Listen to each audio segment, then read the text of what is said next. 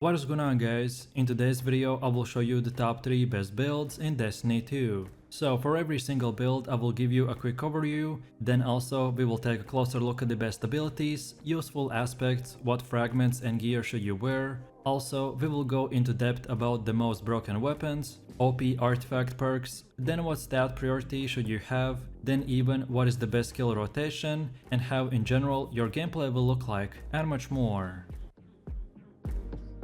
This setup is built around the Cenotaph mask and is by far the best exotic item for an S tier support build. As a support, your gameplay loop will be much more passive, since our objective will be to target large enemies and provide to yourself and your teammates trace rifles and heavy rifle ammo. The general idea is that when you or your allies defeat enemies, then they will steadily receive automatic ammo regeneration. So overall, if you're looking for the new meta support build, which is amazing for group play and has an amazing survivability, then this is the one for you. So let's take a look at our setup. For our super, we're using the Well of Radiance. This solar super has been the meta for pretty much all warlock supports, as all players can become nearly invulnerable within the circle of the well, while also getting radiant and restoration effects. Just don't forget that if you're using this for a damage phase with the teammates nearby, then don't move around within the well, as at that point you're likely to damage your teammates. Next we have our abilities, and for the first one we have the Phoenix Dive. This is a great option for those warlocks looking to not just stand in a circle, but instead continue to glide around the battlefield. Next we have the Strafe Glide. Your jump ability is up to you, but for me personally, I found that the Strafe Jump works the best. Next we have the Incinerator Snap. This is just a simple melee that has a close but wide attack range. Also, the Scorch applied by this can affect multiple targets at once. And then finally we have the Fusion Grenade. This is a phenomenal option if you combine it with the Touch of Flame. Pretty much your grenade will explode twice, so this is a great option for the champs. Next up we have the aspects. For the first one we are going with the Touch of the Flame. Because of this, now your grenades have enhanced abilities, aka you get fusion, so your fusion grenades will explode twice in a row. And then for the second one we have the Heat Rises. This is just a great option to consistently keep up your healing and melee energy. You need to consume your grenade to cure yourself and the teammates. Also, this ability to shoot, use melee and throw out grenades while gliding is very fun, which also helps you to build up your melee energy even quicker. Just don't forget to use the Heat Rises first before the Phoenix Dive, so you can activate restoration faster. Next we have the fragments. My first choice is the Ember of the Torches. This will power melee attacks against enemies, which makes you and nearby allies radiant. This is perfect for consistent activation of more weapon damage and intrinsic barrier stuns. Next we have the Ember of the Empyrean. So now solar weapons or ability Final Blows will extend the duration of the restoration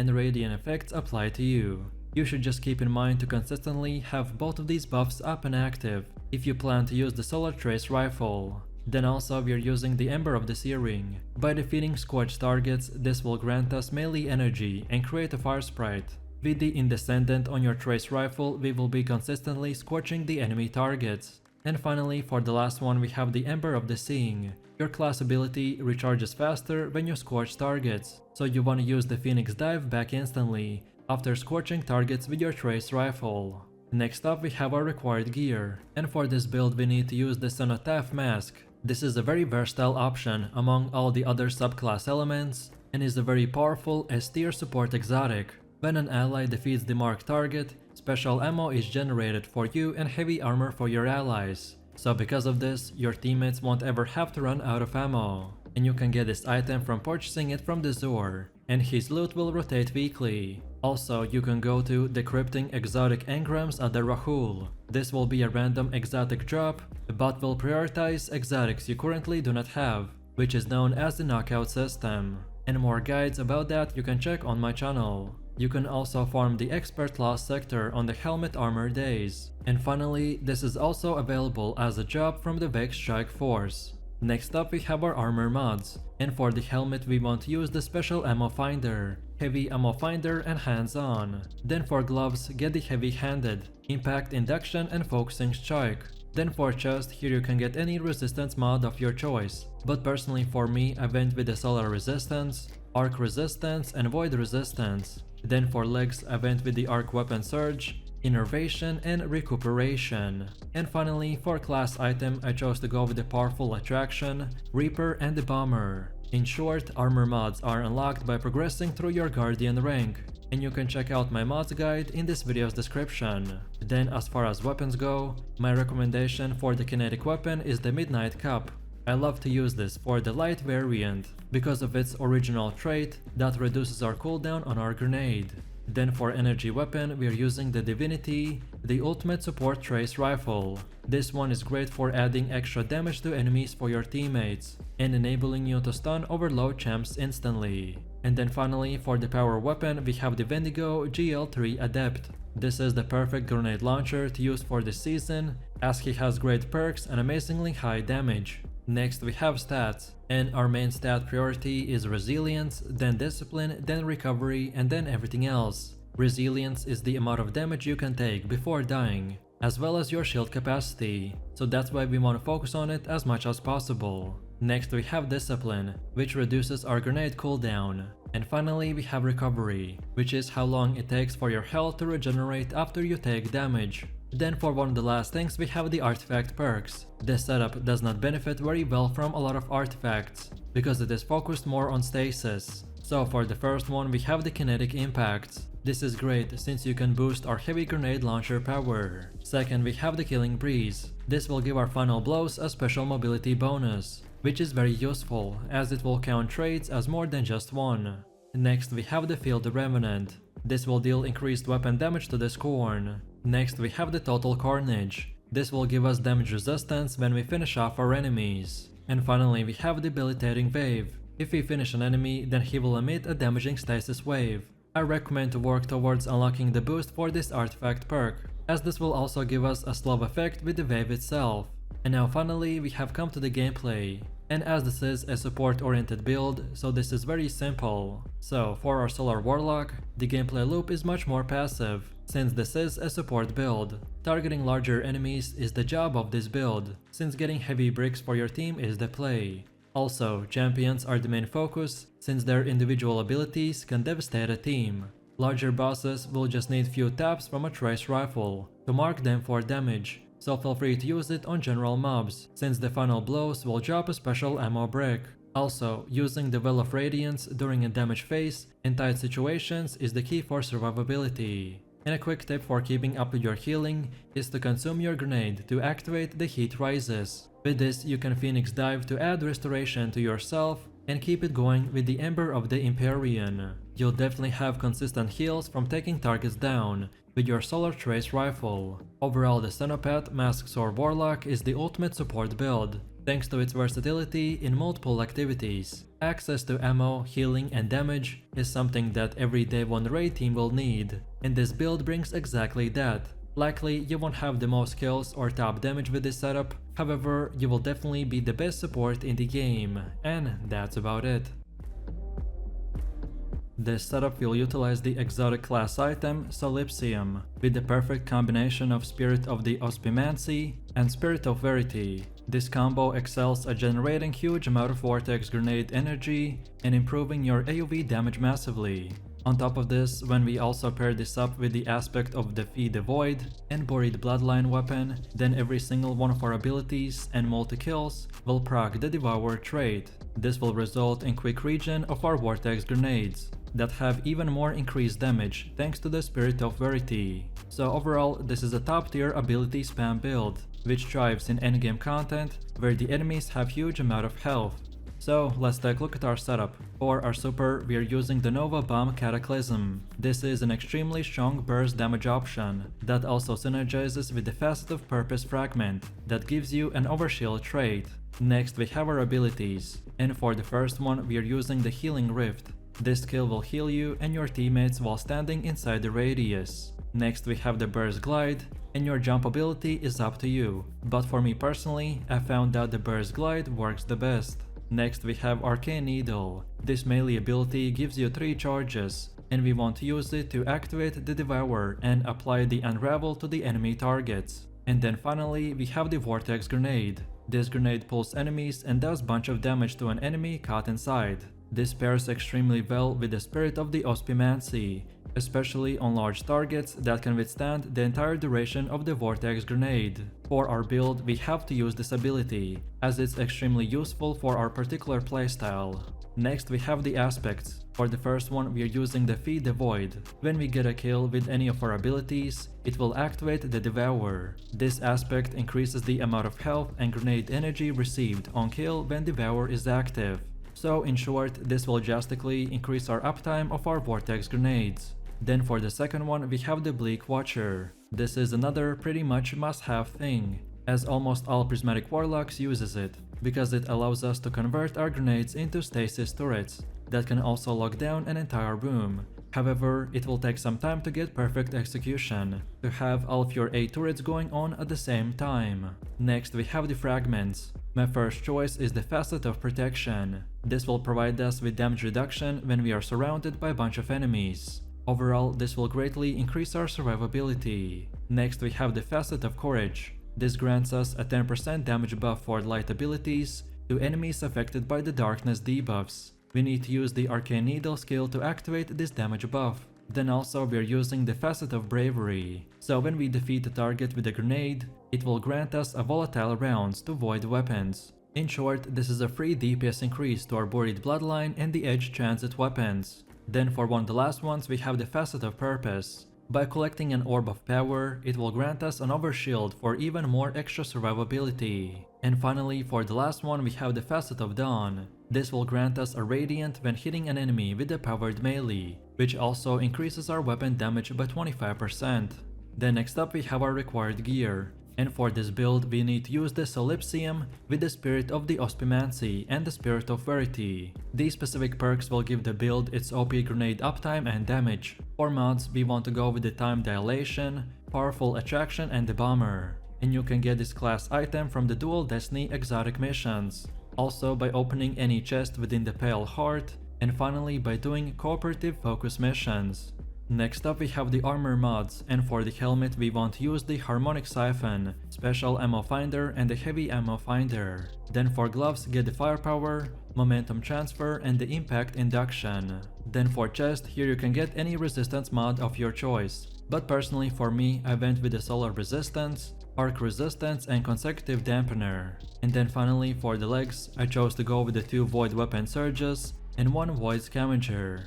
In short, armor mods are unlocked by progressing through your Guardian rank, and you can check out my mods guide and how to get them in this video's description. Then as far as weapons go, my recommendation for the kinetic weapon is the Mountaintop, and for perks we want to go with the auto-loading holster and either Recombination or the Warple weapon.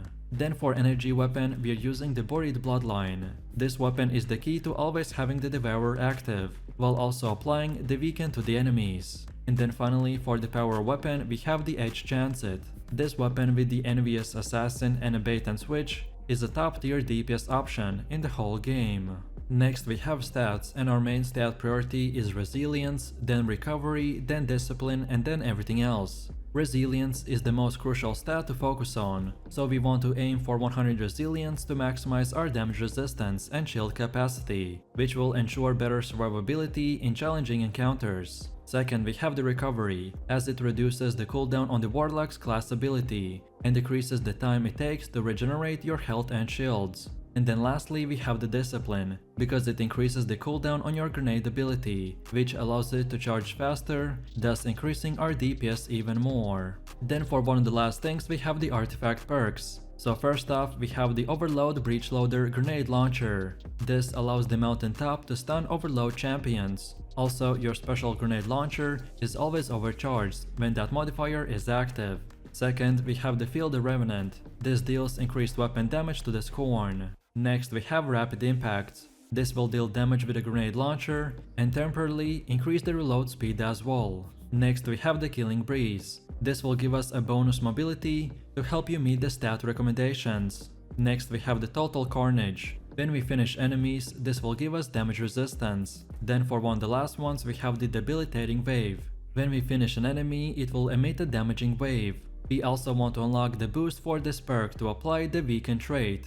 And finally, we have the Conductive Cosmetic Crystal. So now your Void abilities do bonus damage to the targets that are affected by the Stasis debuff.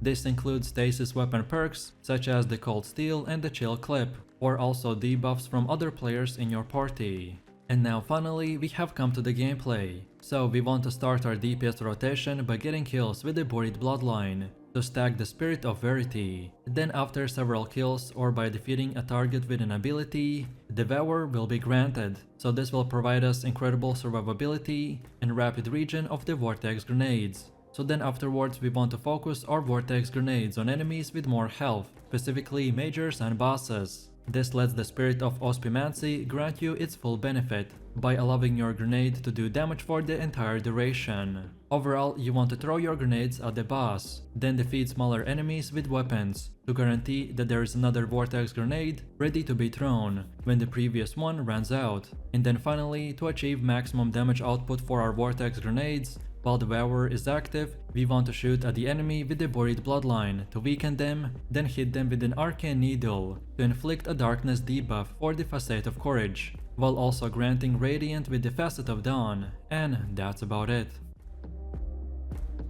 This setup will harness the chilling power of the Stasis to destroy the enemies by slowing, freezing and shattering even the biggest crowds of adds for incredible crowd control. The main key of this build is the Osmimancy gloves that will grant us additional Cold Snap grenade and reduce its cooldown on direct impact. So pretty much we will be able to use these OP grenades 24/7. Although the Stasis build requires specific gear and mods to really shine, however, once completed it will offer unparalleled control and you will destroy any enemy that crosses your path. So let's take a look at our setup. For our super, we're using the Winter's Wrath. This super ability will conjure a Stasis staff and fire a barrage of shards that freeze enemies on impact. And overall it is amazing for ad control but not for boss damage. Next we have our abilities, and for the first one we have the Healing Rift. This skill will heal you and your teammates while standing inside the radius. However, when you are at full HP, this will be converted to a shield. So you want to use this frequently to generate the grenade energy with our bomber mods. Next we have the Burst Glide. Your jump ability is up to you, but for me personally I found that the Burst Glide works the best. Next we have Penumbral Blast. This ability will send out a short-range projectile that applies freeze to the targets. You will want to use your melee frequently to generate grenade energy with the Impact Induction mod. And finally we have the Cold Snap Grenade. This is the only grenade ability that interacts with our Osmimancy gloves, and as our build is structured around it, so the skill is a must-have. This ability can either way be thrown as a grenade or can be also charged up to create a Bleak Watcher turret, which I will explain in just a second. Next up we have the aspects. For the first one we are going with the Glacial Harvest. When we freeze targets it will create a Stasis shards. Collecting these shards will grant us melee energy, that in return generates grenade energy with the Impact Induction. We can collect Stasis shards and gain up to 5 Frost Armor stacks, which provides us with 22.5% damage resistance at max stacks. And then for the second one we have the Bleak Watcher. This will charge your Cold Snap grenade to convert it into a Stasis turret, which then will fire projectiles that apply slow on impact. If enough of these projectiles land, then the target is frozen as well. If you are good enough, then these turrets can lock down an entire room. However, it will take some time to get perfect execution to have all of the 8 turrets going on at the same time. Next we have Fragments. My first choice is the Whisper of the Fissures. This one will make that all of our frozen targets and Stasis crystals deal increased shatter damage. Next we have the Whisper of the Shards. This will create a Stasis crystal with a headstone. If we shatter a Stasis crystal, it will grant us 500% additional base grenade regeneration rate.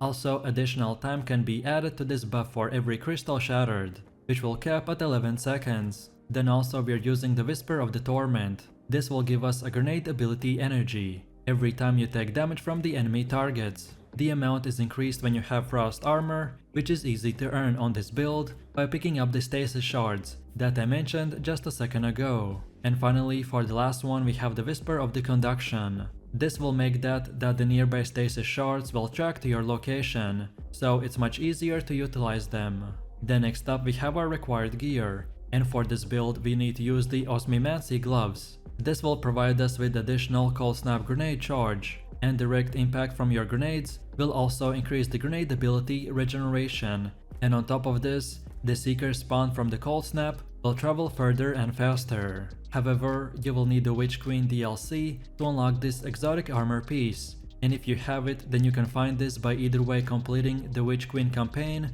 on the legendary difficulty. Then also you can farm the expert lost sector on the arms armor days, and they also can be found by completing the Vex Strike Force public event.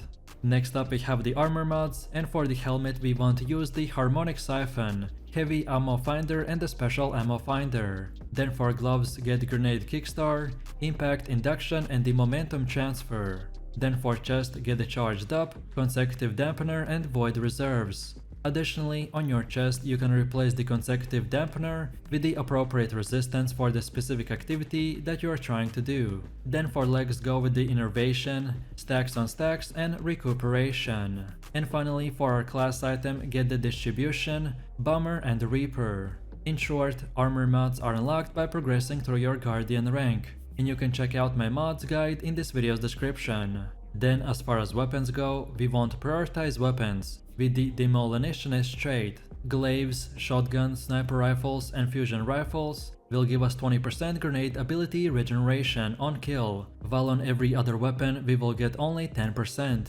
So my recommendation for the kinetic weapon is the bolt endings. This is one of the few weapons that can roll or be crafted with the Demolitionist and the Headstone, both which generate grenade energy. You will need to shatter a stasis crystal from the Headstone to activate the Whisper of the Shards, and to get this weapon you need access to the Final Shape DLC. Then for energy weapon we are using the forthcoming Deviants. In addition to the Demolitionist, this glaive rolls or can be crafted with the Stabilizing rounds, which synergize perfectly with our stasis turrets. Also, our kills will apply the volatile trait to the surrounding enemies, and further damage will result in a big explosion. So to get this weapon you need access to the Final Shape DLC, and you can farm it from the Salvation's Edge raid.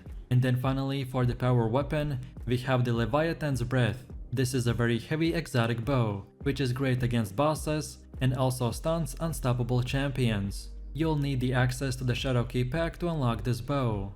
Next we have stats, and our main stat priority is Resilience, then Discipline, then Recovery, and then everything else. Resilience is the most crucial stat to focus on, so that's why we want to aim for 100 Resilience to maximize our damage resistance and shield capacity, which will ensure better survivability in super hard fights. Next we have Discipline, and this will decrease the cooldown on your grenade ability, which allows it to charge faster, thus increasing our damage even further. And finally we have the Recovery, because it impacts the cooldown on the Warlock's class ability, and decreases the time it takes to regenerate your health and shields. Then for one of the last things we have the Artifact perks. So first off we have the one with the Frost. While Frost armor is active, our stasis weapons will gain increased reload speed and stability. Second, we have the Field Revenant. This will deal increased weapon damage to the Scorn. Next we have Total Carnage. This will give us a damage resistance when we finish off our enemies.